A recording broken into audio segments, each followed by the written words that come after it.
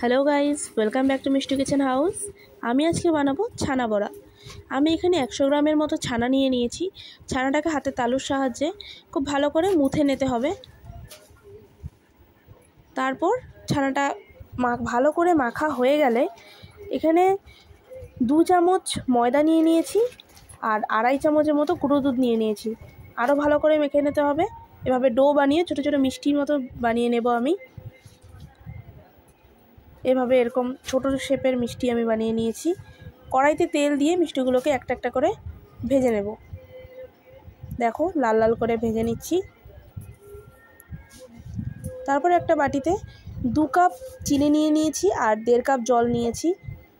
একটা গোটা তেজপাতা, 2-3টে এলাচ দিয়ে খুব ভালো করে ফোটাতে হবে জলটাতে।